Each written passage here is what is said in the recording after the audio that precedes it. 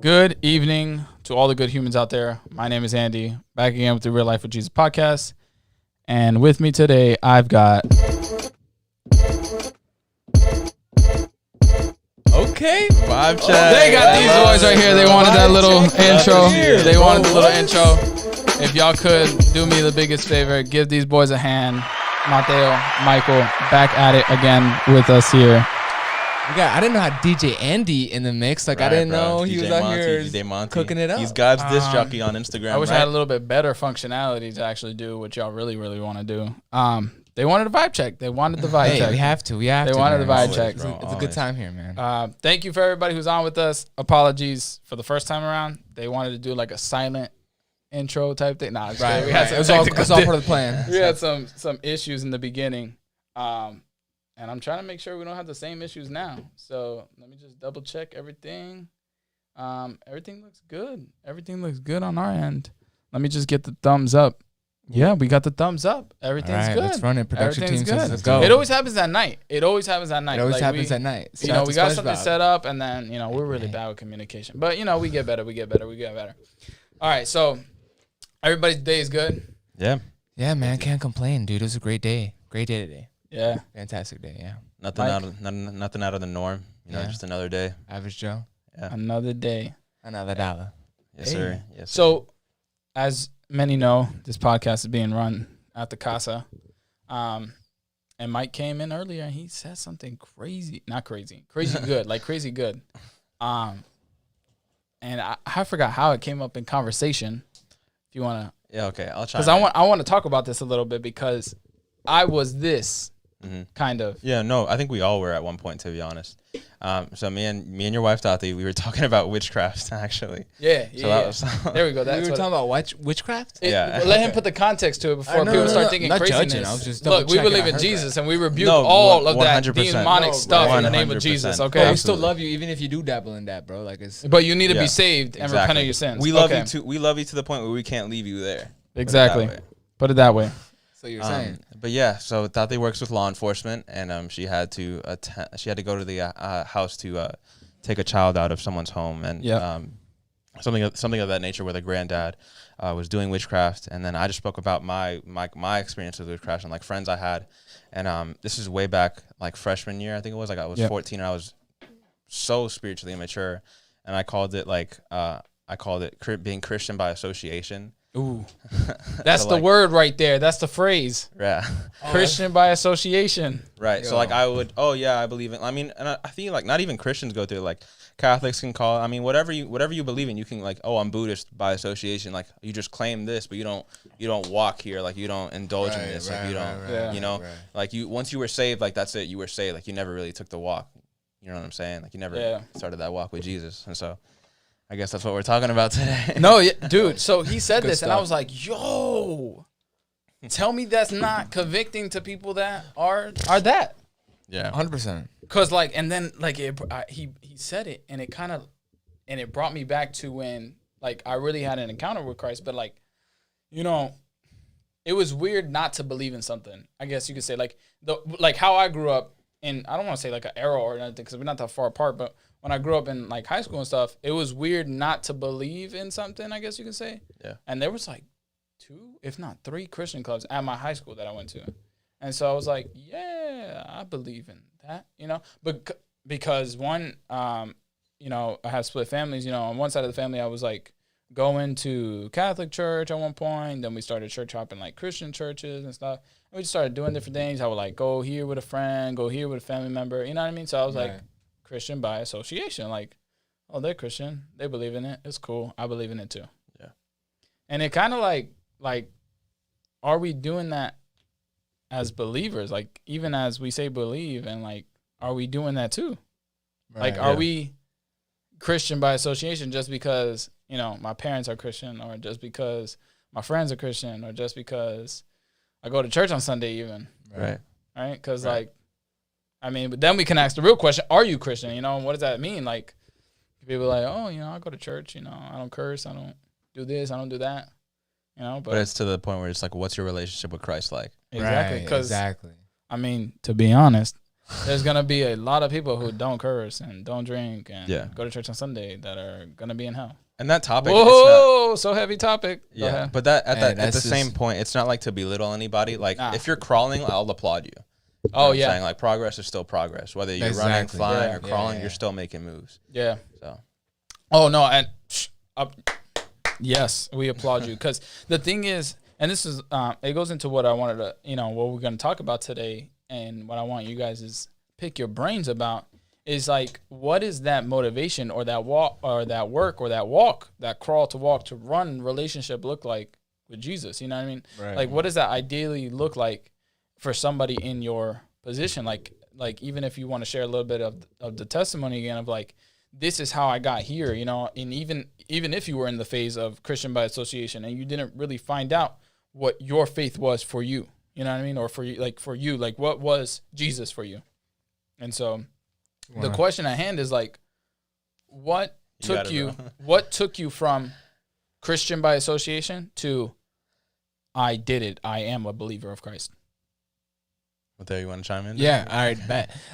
Definitely. So it was a moment in time where it was no longer, a routine. It was no longer something. It was just like, because at first, when I was a Christian by association, it was just more like a thing that I did. Mm-hmm.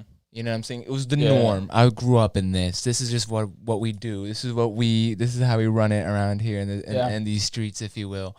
And so, and that was when I was younger. And as you get older, life kind of happens. You go through the ups and you go through the downs. You go through the highs and to the lows and all through the in-betweens. Yeah. And then there's going to come a time where, for me, it was literally a moment where it all just kind of just hit me all at once. And after that moment, I started believing, and it was no longer Christian by association, but it was more like a new revelation of a personal intimacy with my God. Yeah. Amen. No, yeah. And then that's really what it was, and that was the whole process. Like, I used to thought it was just like, this is, but now it's just like, dude, this is personal. This is 1v1. This is us time. This is where we get real, and this is where like things start to happen, bro. Like mentality starts to switch, and perspective starts to change, and hearts start to like soften, and restoration, and everything starts to happen once you actually encounter this intimacy that was originally all about, like. Yeah. And people be missing that when they're in a Christian association because, they're just doing their own thing. Right. Yeah. It's just like routine to them. I guess I could say like, and even when you just become saved, like things like just like be routine to you, I guess, perhaps, because like you're still new to all this. Right. But there's going to be a time where Jesus is going to call you out of the boat, and I think it's just like, I think like Christianity specifically, like that's what turns so many people away because it's like, there's so much you need to like change about yourself for the better. Yeah. Perhaps like, cause there's so many things that like we still struggle with that aren't like, cause at the end of the day, the goal here is to be more like Jesus. Yeah. And that's what he says. You know what I'm saying? So there's so many things that we have to turn away from ourselves. We have to die to ourselves daily to pick up our cross daily. Yeah. To literally deny yourself. I think that's why, people are so turned away and like turned off by Christianity. Yeah. And why they do that is because they interpret it as rules and regulations that they must follow. Like it's like really it's like, oh man, I'm like restricted of my freedom. In reality, Jesus is really in the business of freedom. You just don't even know it yet. Exactly. Like people don't understand really like the spiritual behind every behavior, every mindset that every individual has a specific mindset, specific behavior, whatever it is that they do, and they don't understand that there's a spiritual reason behind that, and then they're just sleeping on it, and they think that's just it's just me. I got problems, I got issues, and nah, dude, we that can be arranged, that can be fixed, but it's just it's not what you think, and then that's and people will be thinking it's like like I don't like this Christian's not for me because I gotta change, and it's not really changing. It's setting you free. Because like people just want to be. I've honestly not to call this person out, but like there was one person that like became Buddhist because they thought the statues were cool. Hey man, shout out to dude. You know what? Those are good looking statues. I mean, I guess, but it's just like, are you gonna like follow something because it's convenient to you? Because that's not what Christianity is. No, for sure. Yeah. Not to turn people away from it, because again, it's not convenient because you're dying to yourself. It is not convenient. It really isn't. Let's just be honest. It's real life. It's really not. No, yeah, but from a point of view, it's really it's not. Jesus says that his yoke is easy and his burden's light. To actually understand that concept to our fleshly minds and to the fleshly of who we are, it's not convenient because we live a life that we live, right? And that's why I say that term Christian by association is like so prevalent. And I think in today's, culture of Christianity and I guess you could say non-Christianity believers, because even when like I was in high school and stuff, and like I understood the concept of that there was this God, his name was Jesus. I didn't so much understand the concept of the Trinity, but that there was this God, Jesus was this God, and then, he loved you, he died for your sins, things like that. And so that's why we were talking about earlier. It's like, I knew that there was Jesus, but, there could be other ways, right? I believed in that there was Jesus, and I understood that they were saying there was one way. Well, there has to be other ways to a better, a better life after this, and, a better life here, right now. But then you realize, you're like, but if I do believe in this, am I believing it just because I found myself, am I believing it just because I'm following it, or not necessarily following it, but like I'm going with my parents here to like, church hopping over here. I got really cool friends over here, and I want to hang out with them. So yeah, I'll go to their church, but like, why are we doing it? Like you said, like, is it convenient, or is it because you truly want to work for this? You know what I mean? Yeah. And so I think not only, I think another word that can be included in that is not only is it convenient, or maybe for some people it may be obligated, depending on your age. Like, when I was younger, it wasn't really much of a choice for me. I feel you. I feel you. You know what I'm saying? Like, it was more like, it was like my dad was like, oh, dad, like, oh, I got diarrhea. It's like, bro, you're going to be shooting in the toilet at church. That's what you're going to be doing. Like, that's what we're going to church, diarrhea or not. Yes. That's what you're going to do. You know what I'm saying? Oh, yeah. And so it was never really to miss a beat. And sometimes that builds like a hardened heart towards church, because like you're against your own will. Like, you don't want to be there. And so I completely understand if like, and not only that, but that lingered on until like my middle school years and a little bit of my high school years. People, whoever's tuning in, I don't know their age group, but this is all ages. And so maybe it is, it's not convenient, or maybe it's like obligated as well. No, some people, and the one thing, and to all my PKs out there, the one thing that I've been told that has like kind of pushed them away is that they've been kind of forced to do it and never really had the chance to say, this is what I want to do. Right. And I think that's what the biggest thing is for a lot of people, even if they're not PKs, but like we said in the first one, like there's a lot of people who are under that umbrella almost, like even you said, your mom's been a minister for so long and has been doing it for so long. And even like you said now, it's kind of like you're going to church, like that's what we do. And so I think it's hard for for some of them, not everybody. I'm not saying they all in this category, but like you said, there's those people that have been almost obligated to do that. And then I think at the point with that term being said, I want to say this term, the privilege of being able to say, I'm a friend of God and have a relationship. And if I can ask, when did the point change in your life where you're like, wow, I'm going to, like when you finally realize, wow, this is a privilege to be able to do this. Like, and some people are going to be like, well, it's not a privilege. What are you talking about? You can live however you want to live and da-da-da. But we know, that it's become a privilege to be called and to be known and to be, be friend of Jesus. And, when did that happen for you? Like, when did that, oh my goodness. I think it was, for me, it was just like because like, I don't know, you guys can attest that like God won't always change your situation, but he'll change your perspective on the situation because he's more interested in that. Yeah. So like, to me, it came a point like where Pastors Tito and Alicia, when they called me up to be a leader, and I was just like, wait, me? Yeah. Like, really, out of all people, me? I know you had the same feeling as well. I was just like, me, like, out of all people, like, I'm the like, what? Yeah. Sometimes, yeah. But I was just like, I'm the least qualified to be doing this. But it's just like, I want to be careful in how I say this, because we are unqualified, but like, God makes us qualified, I guess you could say. For sure. Right. And it's just like, despite all my flaws, despite all my imperfections, like God still calls me to do this. Just like, what an honor it is for God to call me instead of anyone else. Yeah. To be able to spread his gospel, especially to little kids, because that's more important to me than, not exactly, I mean, they're not to say that they're more important than adults, but they kind of are, because like we're setting that foundation for them at an early stage. Yeah. And like we were talking about last week, there's stuff like with the Jumanji example, like we're gonna give them information that they're not gonna know that they need until they years need down it. the line. Exactly. Until they need it. Bro. Exactly. You know and that's that information is for sure Jesus. Yeah. Dude, what? And then so just to answer your question was, at what point did I realize it became a privilege to know Jesus? Yeah. When I started when I had my encounter with God and I started developing a personal relationship with him, and then I found out what it really meant to be a Christian all along. Like this is what it's supposed to be. You know what I mean? Like does that make any sense? Like no, yeah. And I'm paying attention. It's just we got people on the chat wanting to say stuff to y'all. Oh, so sorry. Yeah, go keep going. Do your thing. No, keep going. Yeah, for sure. So for me, it's like it was just more like. Ay, Dios mío, se me fue. Right. No, but I think what you're trying to say is there's a good quote that a spoken word person, and you guys have seen this, has said, and he says, God doesn't call the qualified, he qualifies the ones he calls. Right. Yeah, for sure. And I think that in that perspective is when we realize, OMG, however you want to, however you have your moment,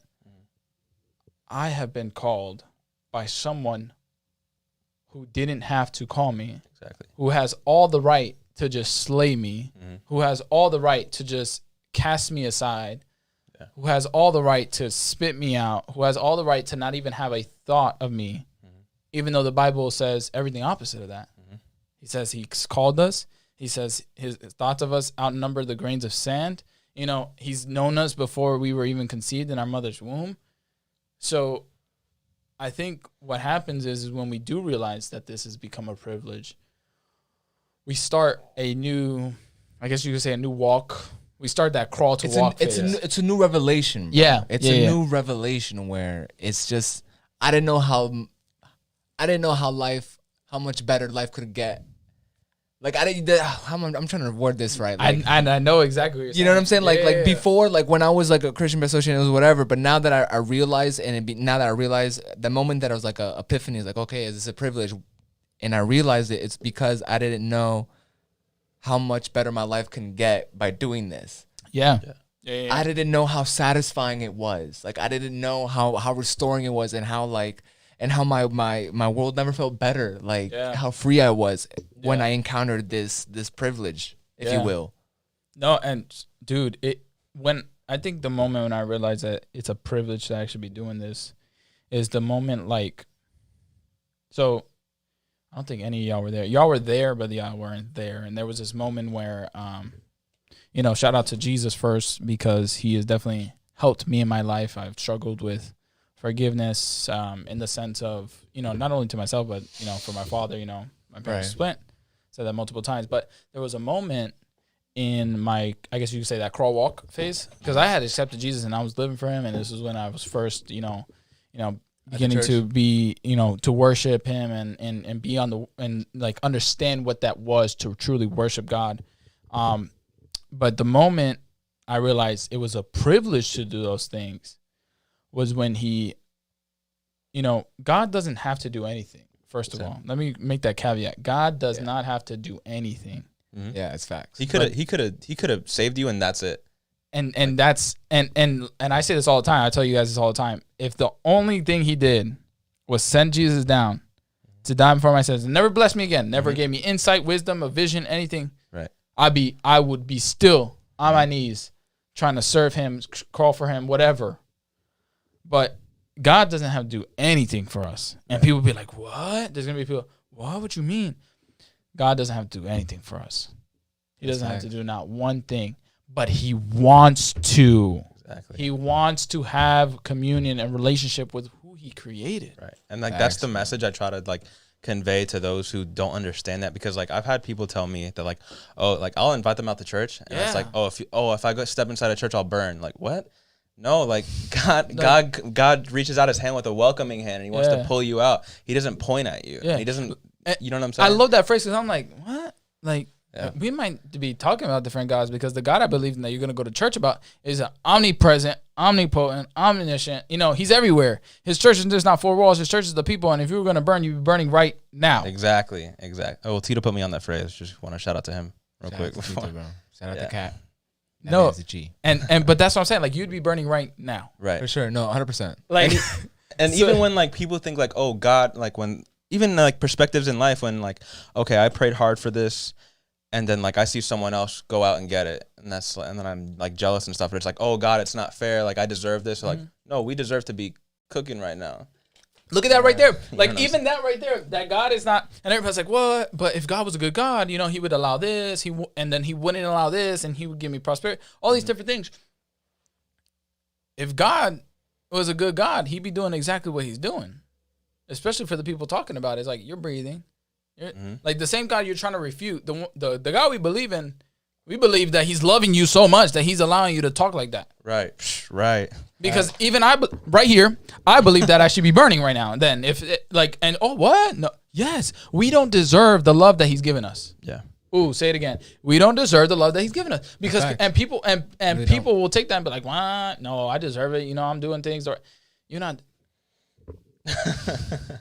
Let me tell you something. The Bible says we are all wretched sinners.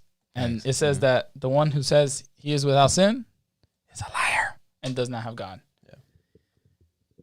We are all wretched sinners and we need God. And the fact that, like I said, he doesn't have to do anything, but the fact that he does it, and it goes back to the point of why I understood like this was a privilege to do this, was when I had a moment of, I guess you could say, fear, anxiety. I was at church. And I had this complication, I guess you could say, and I don't want to break it down so much because I'm not trying to put nobody on the spot. But I had this complication where it was like, I could choose Jesus in the church, or I can submit to the fear that I was being, like, kind of like I was literally, it was like fear. And I don't know why I was so afraid, dude. I don't know why. But I was still a kid. I was still in high school. And I remember I just felt like this immense fear.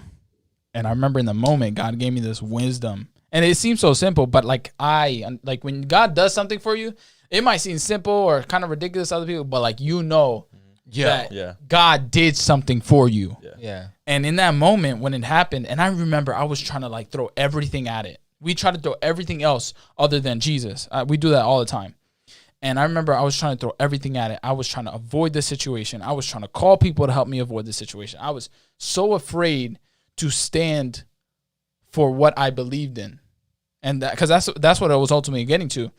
I was afraid to say no. I'm choosing Jesus. Like that was what was happening. The situation that was happening was that, and I think God was like, "You either gonna do this, or you like what do you believe in? Like what do you want from this?"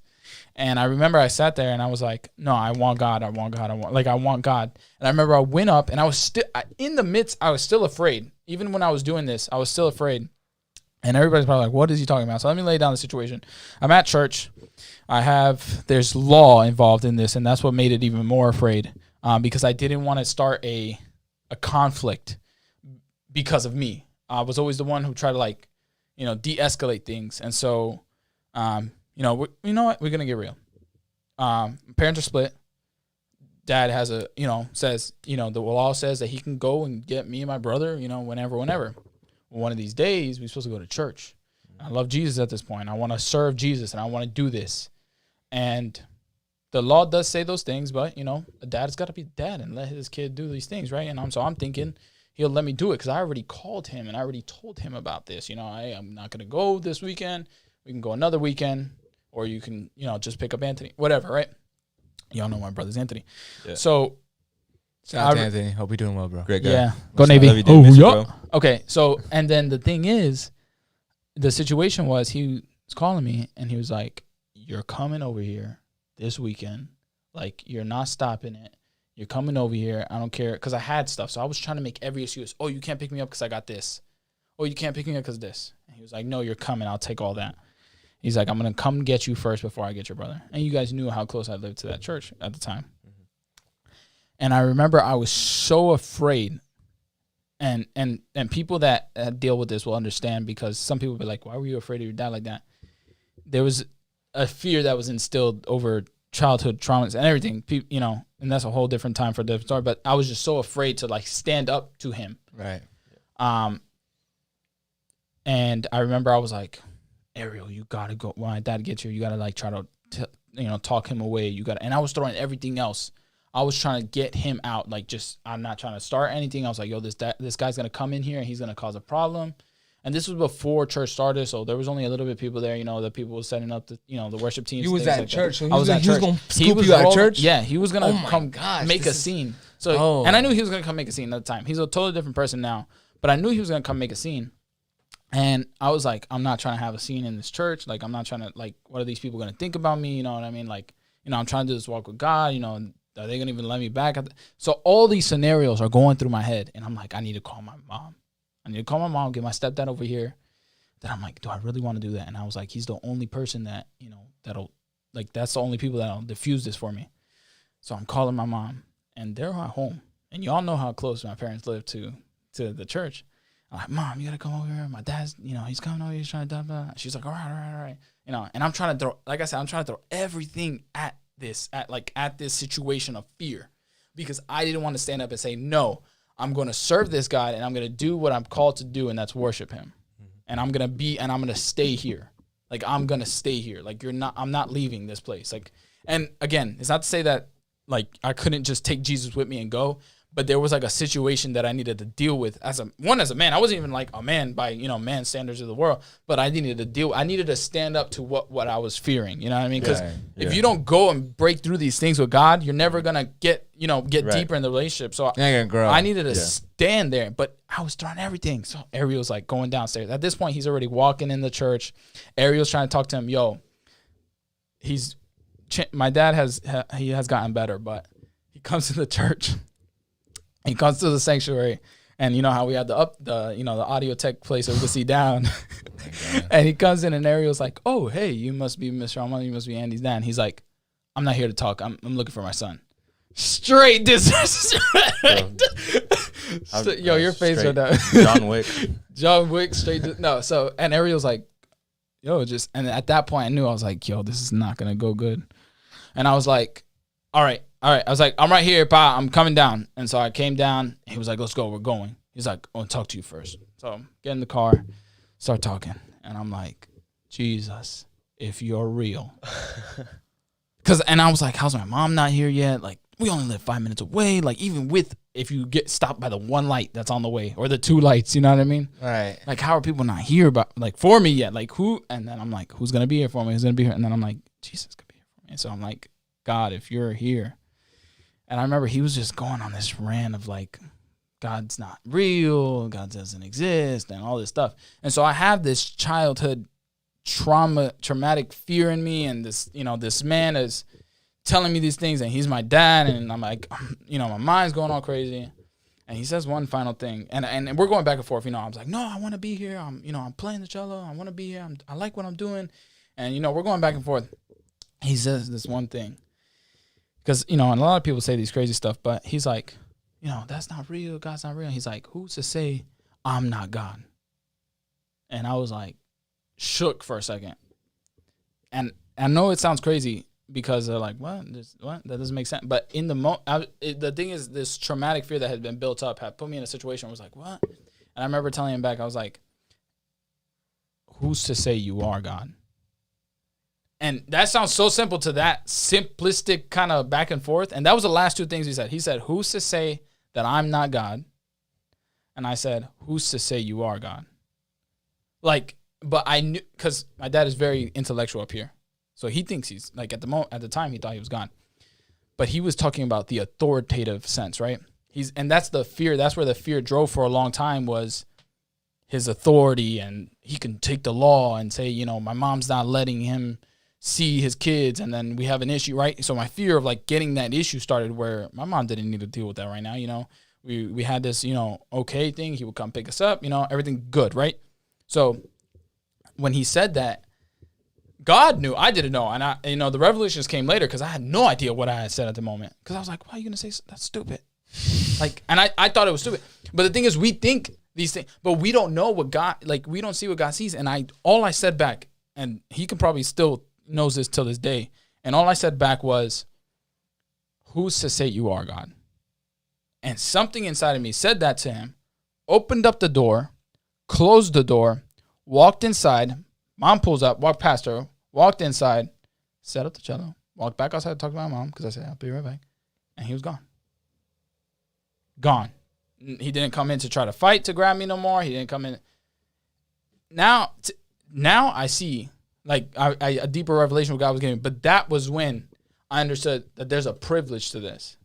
That you want God to move, he wants to see you endure. He wants to see you persevere. He wants you to take him with you in these things. Mm-hmm. And like I said, for my dad in that situation, it was like authoritative to him, right? Who's to say I'm not God? Well, who's to say you are? what authority? And to him, and that's why with the questions, and that's what shook him. And I know that's what shook him because he was gonna. His thing is he always has a rebuttal at that time and place, because I know he's different now, but he always had a rebuttal for something. Like, he was right, you were wrong, no matter what. It could be 2 + 2 = 5, and he will make you believe that 2 + 2 = 5, and he would win that conversation. If it was that, I know that's exaggeration. He would never do that, but but what I'm saying is that's how the concept. That's the person he is. Like, you were not making him lose. Right. Like, that was it. Like, he was not losing. No matter what the conversation, you can be having beers with one of my uncles or something. He was not losing the conversation. And so when I realized that it was a privilege to serve God, was when I realized that I could take God in the midst of what was my greatest fear at the time. Even though I walk through the valley of the shadow of death, I will fear no evil, for you are with me. Like, and I didn't even know that phrase at the moment of time, but to know that God is going to stand by you in the moments of what you think is your greatest fear, or the moments what you think is your greatest adversity at the time, it is a privilege to serve that God. Yes. It is a privilege to serve. But it truly is. It is a privilege to serve a God who's willing to come down and aid you at your side with all the power and all the knowledge that he has for somebody as sinless and as sinful and as wretched and dirty as we are. But he's willing to be right there with you if you're willing to take him. And sorry I went on a rant, but yes, no, you're good. Dude, no, man. To know that this is a privilege is like, this is a privilege. Woo. Yeah. You know what, bro? You know what? I'm sorry. I had to do it before you. But when you were saying this story, and when you just said that statement, is like, it is a privilege, because in the middle of your fears, he will come through for you. And it's so crazy, because I have a friend. Him and I went through a similar situation. We both went into a car accident. His situation played out differently than mine. Yeah. He's healthy. We're both healthy, thank God. We're both healthy. Praise Jesus. Right, for sure. I got in a car wreck, whatever. I got a new car. I was scared because, financially, things are tight. I was like, God, you know what my fear was. I don't know how I was going to make this work. I don't know, the insurance, the car, the fear of life. You know what I mean? Yep.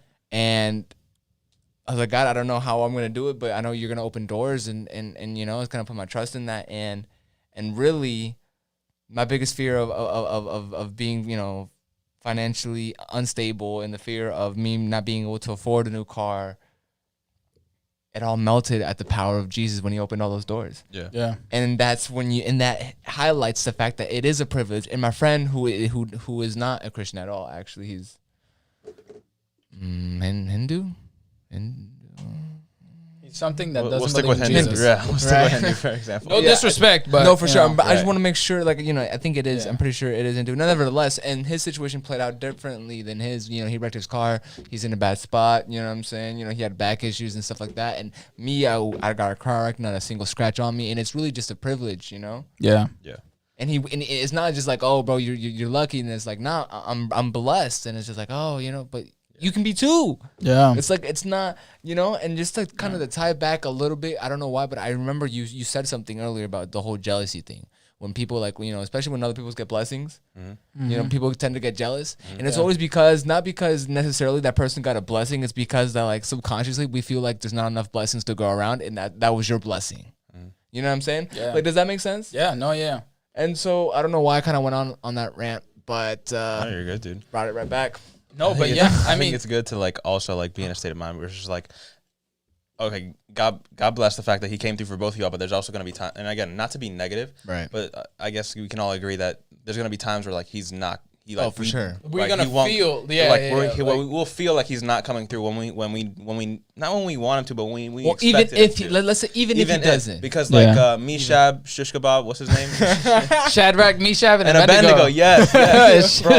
I wanna, because I'm not there yet. I'll be real. They're not Bible scholars, people. So please don't be like, they didn't know. They don't know Jesus. Stop it. He was trying. Yeah, I try my best. Listen, no. But because I'll be honest, I'm not there yet, but I want to be at a mentality spiritually, which is just God, if you don't come through, when they were at the fire, even if we do burn, we're still gonna praise the name of Jesus, right? Yeah. When King Nebuchadnezzar, exactly what it is, man. Yeah, I know King Nebuchadnezzar's name. Oh, what's up? What's up? What's up, people? What's up? Hey, do me a favor. If you a scholar, name the 500 that Jesus fed with bread and fish. Stop. Name all 500 of them. Stop. I want you to. No. Stop. Stop. Stop. No, but sincerely, no. Yeah, 100% what you were saying. I support what you were saying. I couldn't agree more. Oh my gosh. Oh man. You make me do a spit take. Oh man. What? Yeah. No, but that was I mean, good stuff. Good I think stuff. to what both of you are saying, I think the biggest thing is understanding that one, God is not a karmatic God. Right. Because you do good, good's just not gonna just ultimately come to you. Yeah. And if you do bad, I mean, God's wrath is not gonna just ultimately come to you either. Like, He's not like, oh, you do bad, I'm gonna curse you, you know. Or if you do good, you know, you gave money to the homeless, or you just did, you know, you prayed. Because that would be basing it on performance. Yeah, and and it's not it, work based, and that's none not of the this case. is on your performance. Like, this is, do you love Jesus? How much do you love Him, and how you know, do you want to walk with Him? And are you willing to receive it? Because it's a gift. It says in the word, it's a gift. It is a You gift. know, and it's up to you if you want to accept or reject the gift. If you reject, all right, you're gonna reject it. And if you accept it, you'll find out what it really is to be alive and to be happy. To be honest, because I thought I was happy. Yeah. You know what I'm saying? I thought I was happy prior to this, the whole Jesus thing. Yeah. But once I put a little dosage of Jesus in my life, my life got better with all sincerity. Mm-hmm. Yeah.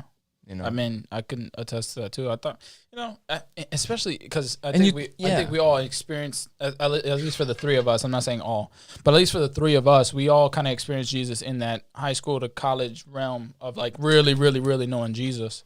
And we was in high school. We was like, we loving life, we doing our thing. Right. Nothing can stop us. Like, we were invincible, right? I mean, we thought we were. Yeah. We really thought we was what? invincible. And it's so funny how you look back, like, because I'm pretty sure each of you and anybody the ones that, they know Jesus and they accepted that gift that is Him. You look back and you be like, wow, God was in my life even before I accepted Him. Yeah. Oh, 100%. Yeah. What? Yeah. I was telling a friend of ours the other day, I was like, if people don't believe God is good, just bring them to me. And if they're willing to listen, I will tell them how good God is, even before I knew Him.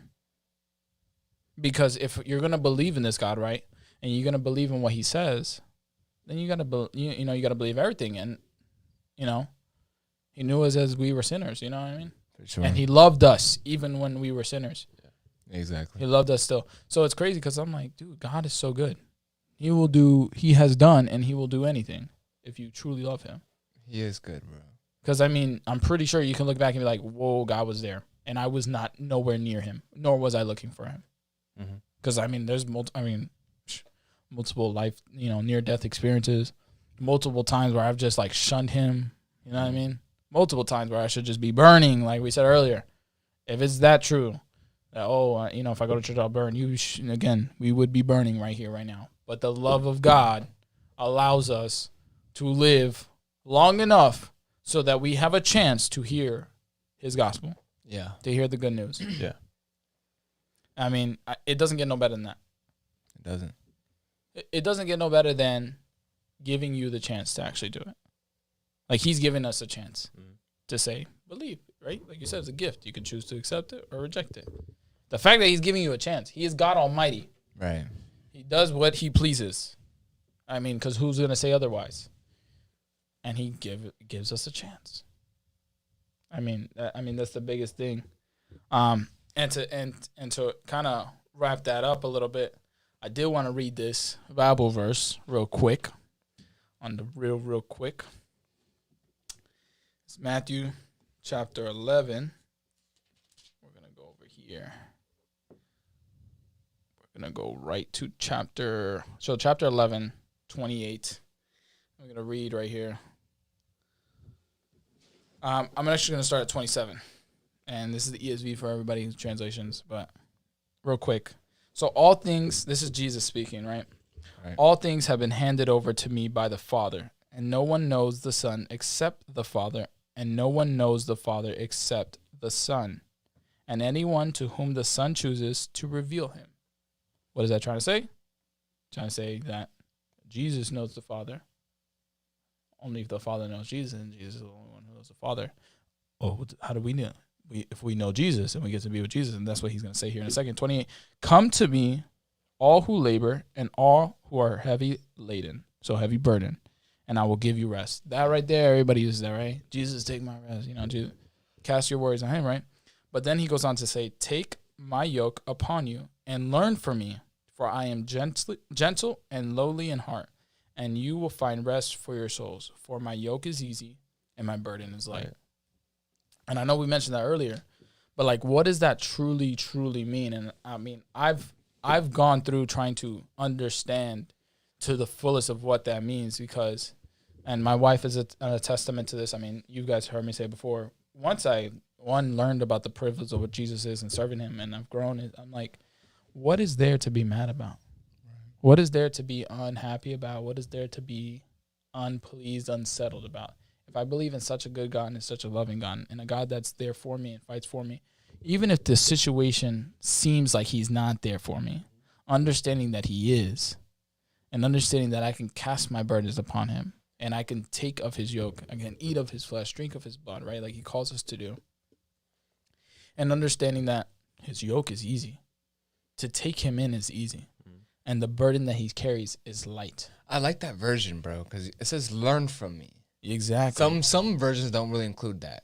Some just say, yo, slap on the yoke, follow me. You know what I'm saying? Yeah.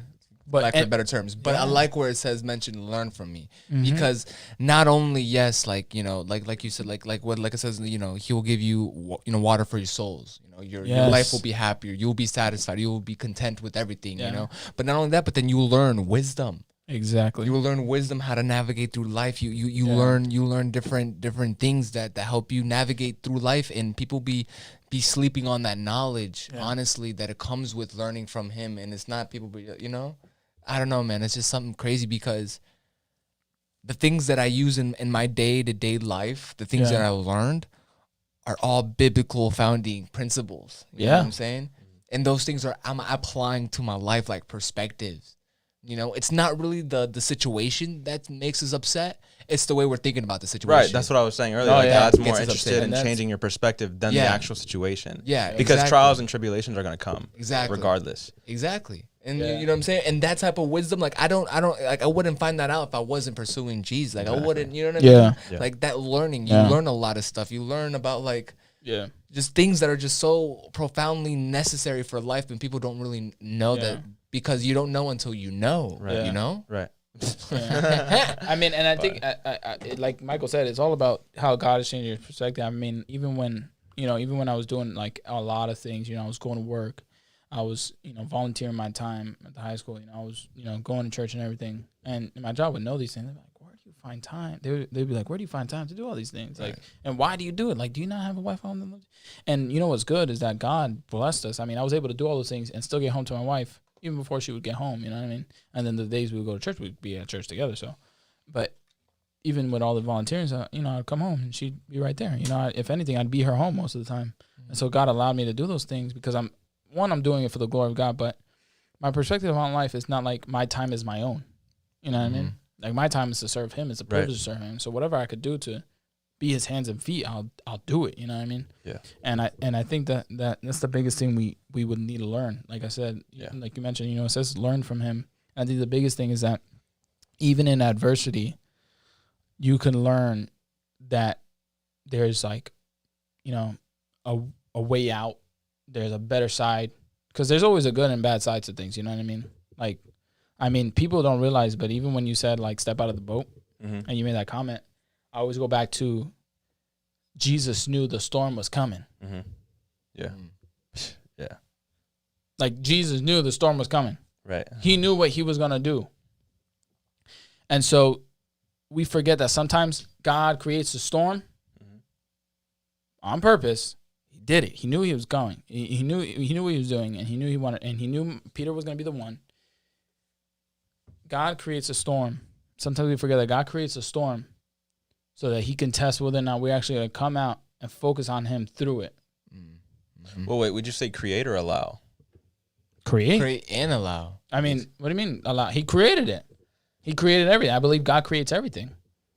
How we do things and how we go about, he allows. I mean, the simple fact, when you choose to backslide, you choose to do something else. I mean, he created things for us. Now, whether or not we take it in his light or we take it in the devil's distortion of things, I mean, we could talk about, sex or whatever, I mean, those things. So, and people be like, oh, so did God create pornography? No. He created what is marriage and for there to be sex in marriage. But what has happened is the devil goes and says, oh, I'm going to take this and distort this and play with it. And then what happens is people fall into that. So when I'm talking about the storm thing is God knew that he was going to send his disciples out there. And he said, we got to be willing to step out in the boat.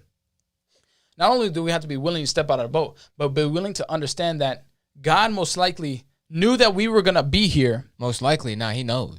Exactly. That he knew we were going to be here, but he was dying for us to come to him and focus on him still.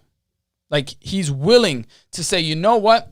I know that's going to happen with you, but I'm going to be there. And are you willing to come to me and focus on me, right? Because we know that Peter was like, with these winds and these waves, and then he kind of fell. But Jesus still saved him. Jesus still saved him, knowing that was going to happen. And are we willing to take, like you said, are we willing to get out of the boat and focus on him, regardless of what the storm is, can, or will be? Right. And then, some people may be looking at this and be like, okay, but why would I really do that? Like, why would I even bother even doing that? And that's the thing about this lifestyle. Yeah. It's crazy, honestly. Things like this may happen. You may be in the middle of a hurricane. You may have to be stepped out if he's called upon. But the reason why we do it is because it's worth it, man. Mm-hmm. It's worth it. It's satisfying, despite the season that you're in or whatever, bro. It's satisfying. That's just the truth. The truth of it is that we are willing, the few are willing to actually go off and step on the boat. Why? Because they know that what they have tasted in the boat is enough to sustain them to the journeys ahead. Does that make any sense? No, and that makes total sense. And what's crazy about that situation? And I don't know if a lot of people, I don't know if you grew up with this. Before I gotta say something. Oh, yeah, go on. So, and sometimes there's gonna be some storms that you're not gonna understand why it happened. Yeah. And to be honest, sometimes that often leaves like an unfinished chapter. You know what I'm saying? Like kind of like leaves you wondering, leaves you kind of open, leaves you kind of wondering, or like a little wound that is almost like it never really healed, but it's like it's like covered enough to it doesn't really affect you and almost, but it still hasn't properly healed. You know what I mean? So a lot of the times when you question things like why did this happen to me, or why did this or why did this happen, and honestly, I've come to the point where, listen, I think it comes to the point that it's not your job to figure it out. Yeah. It's your job to accept and be grateful for everything that you had, because we have a God who you don't have to have anything, but he gave you anything. So whatever that situation was, whatever it was, you know what? It's not your job to figure it out. Yeah. So don't live in that and just kind of just like, what I mean? And just, I don't know how to just mention that. No, yeah. I mean, and just to even think about that situation, Peter's situation with Jesus, and understanding that what is that of the storm. And I think the biggest thing that we can see is, one thing's this, right? You have the storm raging, seas coming up and everything, but Jesus is on the That right there is like, what? Right? And what the disciples, Peter says, Lord, if that's you, if it's you, call me out to you, right? So he's like, call me out to you. You know what I mean? Like, if it's you, call me to you. And Jesus calls him to him. I don't know about y'all, and I may be reading into this a little bit more, or maybe it's just my inner kid wanting to be a superhero. But if Jesus is on the water and he's calling me to him, I'm running. I understand that this might have, oh no, but it was a storm. You wouldn't just run. I mean, but would I just be worried about the storm, or would I be so focused on the fact that Jesus is standing on water? Because they met this man as man. Remember, they met this man as man. Like, they didn't, they met him as a man. Right. And so, like, they just knew something was different about him. They're like, he's kind of interesting. I don't got nothing until, like, next week. So the thing is, like, if he was calling me out there, I'm running, dude. Like, I'm running. Nah, bro, I wouldn't. So I'm gonna be honest with you. I don't know. Is it me? Running. Is it just me, or every time you hear a story, like for instance, just now, you're even though I know the Bible story, even though when someone tells it, it's always like an action movie in your mind, though. Yeah. In some modern modern language, like I could just see Peter waking up everybody like, yo, my dog, is that? Yo, is that man we just picked up at the beach? Nah, bro. No, I just think it's so funny. But yeah, would I run? I don't think I would run. But that's the thing. Would you run? I'd dip a toe. I'd dip a toe in. I'll be, what I'm saying, double checking. I feel like I would say I would run, but like when push come to shove, like I would just stay in the boat. I think it's because, and that's why I say I've gone through so much of like just saying, you know what, Jesus, how limitless are you, and how, what is my ability to understand to understand that you are not limited by the physics and the knowledge of my brain, and how can I understand what you can do? Because he's limitless, right? So that story of him being on the water, and I know us would be like, I'll touch the water, whatever, but I know they didn't have the Holy Spirit and they didn't have all these things. I understand that part. But like if Jesus was to do that today, and it's like, I understand that he's a limitless God. You know what I mean? Like, I believe that he can do anything. I believe that he can snap his fingers right now and we end up on the beach. People are like, well, nah, do you believe in some superhero God? I do believe in a superhero God. He saved me. What? Like, what? I believe in a God who could do anything. He's limitless. We need to stop putting him in a box. He is a limitless God that can do anything and will do anything. And he's always running to us. But just that simple thing of like where you're at in this relationship with Jesus, we're in different spots. And that's what I love that is highlighted here. Like you said, like, I don't think I would get out the boat. I think I would, but when push comes to shove, I don't know. But that's understanding where you're at in your walk with Jesus, I believe is a path to spiritual maturity to say, you know what? I want to be a little bit better than Peter and walk all the way to Jesus in a certain situation like that. Because, we say storm, and we've heard multiple sermons how people have metaphorically said the storm of your finances and the storm of this and whatever. Like, TD Jakes right now. Yeah, and it could be whatever, the storm of whatever. They use it, I don't know how many times that sermon has been preached on. Yeah.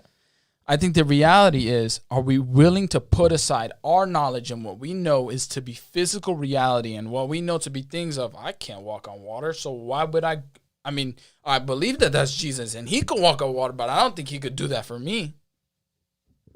At what point are we going to realize that he can do whatever he's going to do and he can do all the same just for us? Right.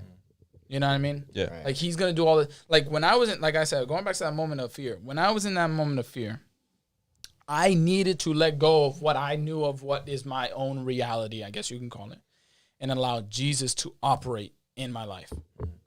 And I think that's the biggest fear a lot of people have is truly willing to surrender. Control Of what they believe in and allow Jesus to operate in their life.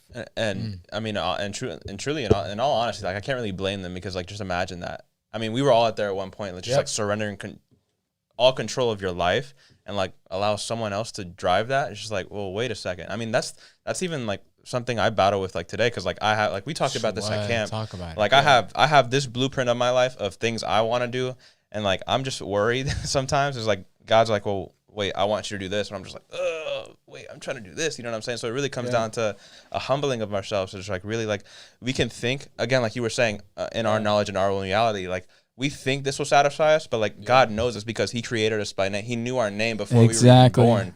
And so it's just like he knows that this will truly satisfy us. Right. I'm going way too far. No, dude, you're about to open up another. You're about to open up a whole nother like. We're about to go on a whole nother thing. We're gonna like hit a part 2. No, I'm about to be like, all right, thank you guys for joining, and we're back. No, because what you said is so real. You know what I mean? Like it's so real to understand that. Because, Jesus said in the Bible, and that's why I said you open like a whole new can of worms. Right. Because he says to lay down your life, humble yourself, lay down your life, and carry your cross. Mm-hmm. And so many, again, that's another one. So many, preachers have preached on that. But, again, you have to look at it in the biblical context. Because Jesus said this before he went on the cross. Mm-hmm. And people are like, oh. A lot of people don't know that. Yeah. The sermon gets preached, and they're like, yeah. Pick up the cross. It means victory. Right? Because right now, and I'm not trying to, diminish that. It does mean victory. We have victory in what Jesus did on the cross. But when he said that to the disciples, when he was teaching that to go and pick up your cross, he was teaching them what the cross was before he went on it. Mm-hmm. And the cross was the ultimate humiliation. It was crucifixion to the ultimate like humiliated death ever. Like at that time, that was the ultimate humiliation. So what he was saying is pick up your death or your crucifixion and be willing to be humiliated to follow him. And I don't think a lot of people are ready to do that. Yeah. I think it even says like Jesus said, like the world's going to hate you just as it hated me. And we went over that in Peter. Yep. Yeah. One thing I wanted to piggyback on, not to change up the subject, but when you were talking about that moment of fear, I just felt the need to share it because like I know a lot of people are struggling with fear even now, whether it's their health or their Corona, or Corona, or just fear in general of like even their job stability, like their finances, like you said, like and understandable fears. Exactly, of course, to a degree, of course, yeah. And what you said, something you said earlier, it was just like, oh, I feel like God is so far away, but God's never been closer to you. Yeah. You know, because he's closer to the brokenhearted. Psalms 147 says he heals the brokenhearted and binds their wounds. Yep. Yo, yes, yo, thank you. Oh my gosh, I gotta tell you something. Should have been on the spot. I'm sorry, bro, but this was fire the other day, bro. So I was doing my Bible plan. Yeah, bro. What? Yeah. Speaking of fear, my man coming in with the clutch, dog. What? Bring some fire on his plate. We literally missed. They're working on it. They're working on it. They're working on it. We hit that one knuckle though, you know. They're working on it. But no. So speaking of fear, so I've been having this fear, this theory, because you know my parents, they're old heads, and so they're always, you know, oh, be careful with the Rona, you know what I'm saying? Like, yo, Dad, I got you for real, 100%. I'm always careful, but relax, because this man is like, yo, I gotta put my shoes in the grill. My old man literally put his shoes in the grill, talking about like, oh, it's gonna disinfect it. Bro, I had to leave my shoes outside. Like what? Dude, bro, I can't make this up, bro. My man literally put his shoes in the grill in the back. My man's put it with the hand sanitizer inside, talking about it's gonna neutralize it. Bro, my folks act like if I step outside, Corona's just waiting for me. Right. Just like plotting. Dude, exactly. Like, no, but this is the best one I've heard. If you go to the beach and you get in the water and somebody else has Corona, you're gonna get Corona because you got in the water too with them. Oh my gosh! Wow. I never go in the water anymore. No, but so I've been having all the way on the other side, even if you're, you know, even right, exactly. No, but and then so to come in with the whole thing, I was like, I have a theory. I feel like this whole COVID, I think, you know, is it deadly? Is it you know, you have to be cautious and careful, 100%. Of course. You know, proceed with regulations. You know, practice social distancing, all those jazz, and sanitize, be healthy, excellent, and all you know the whole thing. However, I think it's not necessarily the disease is killing the people. It's the fear that the people allowed the disease to come in. Does that make sense? It's the you better keep going, bro. You better keep going. Wait a minute, bro. So let me read you a little something. On this, because it's really the fear. It's what's killing you. So on this Bible plan I was reading, it was just talking about fear, and I was just like, yo, and I kind of. I have this thing called spiritual related on my notes. You guys should, you know, if you know, people who are trying to read Bible, spiritual related. So anything that's spiritually related, I just kind of copy down and I write it down. Yeah. It's just basically like a box of ammunition of just like a whole bunch of fire. You know what I'm saying? So here it is. It says, fear is a tool of Satan designed to destroy believers and non-believers alike. Therefore, in times of great distress, our mission is to stop the growth of fear in our hearts. We stop fear's growth by cutting off its food source, which is repetition. According to Hebrews 11:1, faith is a positive belief in something good happening, as to where fear is negative belief in something bad is going to happen. They are the same force going in opposite directions. In Mark 9:23, we learn that faith makes all things possible, which means that faith produces success in our business calling. However, we learn in Job 3:25-26 that fear brings things that we are afraid of into our lives, which will produce failure in our business. So let me just stop right there. Let me highlight. And it says, the fear brings the things we are afraid of into our lives. So that being said, what you are fear, right? So you're saying that I'm because I'm allowing this fear, I'm now saying that this fear is bigger than my God. Yep. So that's what it's saying. Ooh. Yeah. So that's already authority issues. But since you already given that fear authority to be like, oh my God, this now the fear of Corona, the fear of death is now over me because I now have it. Yep. Great. So now that you're scared of dying, you have now allowed that spirit of death to now enter into your life and to make it into reality. Right. So whatever it is that you're fearing, that exact thing that you're fearing, because you have made that over God, is the same thing that you're inviting into your life when you're really scared. Yep. So when people think about, oh, Corona, oh, I'm scared, oh, you got to be careful because people are dying, we got to be careful with the fear that is trying to produce in you. Right. Yeah. Who are you going to choose, the fear or the God? Right. Yeah. You know what I'm saying? Fear is a liar. Fear is a liar. What? Yes. That's fire, dude. Thank you. Fear is a liar. Thank you for that. Shout out to Jesus. Thank you for Jesus, because that's the revelation I'm talking to you about. Yeah. No, yeah. And yo, 100%. Like I said before, if your joy, your faith, if it's in something that is not the eternal living God, yep, and it's in something that's dead, then expect it to fall away sometime. Right. At I some mean, time, the word even some says point like in time. putting your faith in man, and man will fail you. Yeah. Yeah. Your faith, your joy should be in Jesus. He is a living, everlasting God. Yeah. He's never going to die. It's always going to be there.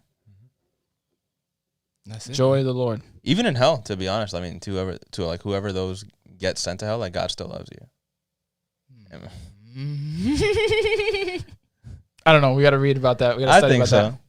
I got to study about that. I mean, he sorrows. Very good. Hey, he sorrows I'm for. laughing because I don't know how to respond to that. He sorrows for those. I mean, he Even in sorrows hell. for his people. So Exactly. he sorrows for He his definitely people. sorrows for. But I don't know how to respond to that. I laugh because I don't even know how to respond to that. I think that's why I laugh. With that being said, we have gone along a while, and I do want to save some of these topics for the next time.